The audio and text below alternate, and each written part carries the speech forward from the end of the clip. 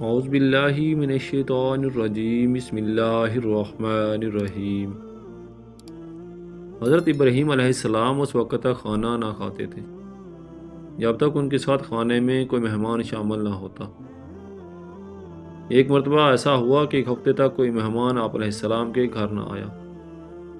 آپ علیہ السلام مہمان کی تلاش میں خود بھی کئی مرتبہ گھر سے تشریف لے گئے تاکہ اگر کوئی مسافر بھی مل جائے تو اسے اپنے گھر لے آئیں اور کھانے میں شریک کریں۔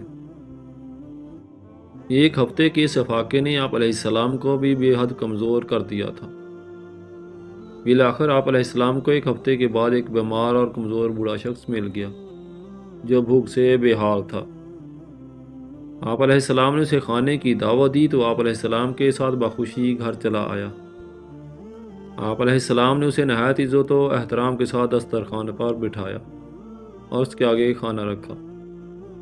جب کھانا شروع ہوا تو حضرت ابراہیم علیہ السلام نے حسب معمول بسم اللہ شریف پڑھی اور کھانا شروع کیا، جبکہ اس بوڑھے نے بسم اللہ نہ پڑھی۔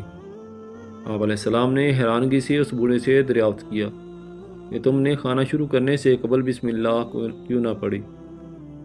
اس نے جواب دیا کہ میں مسلمان نہیں بلکہ آتش پرست ہوں۔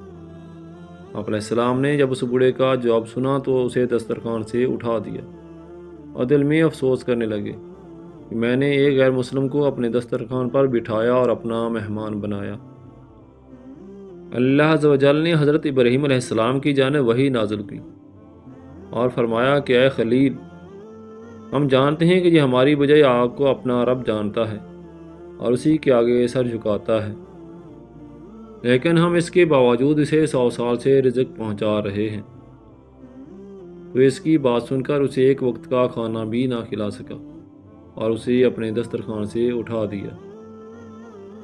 بس یاد رکھو کہ نیکی کا تعلق کسی مذہب سے نہیں ہے اور نیک کام کا اجر اللہ عز و جل کی جانب سے ہے۔ محترم ناظرین، اگر آپ کو ہماری آج کی ویڈیو پسند آئی ہو تو ویڈیو کو لائک اور شیئر کر دیں، اور اگر ابھی تک آپ نے ہمارے YouTube channel Talha voice official کو سبسکرائب نہیں کیا تو چینل کو جلدی سے سبسکرائب کر دیں اور ساتھ لگے بیل آئیکن کو پریس کر دیں تاکہ چینل پر مزید آنے والی ویڈیو کا نوٹیفیکیشن آپ کو بر وقت مل سکے۔ جزاک اللہ۔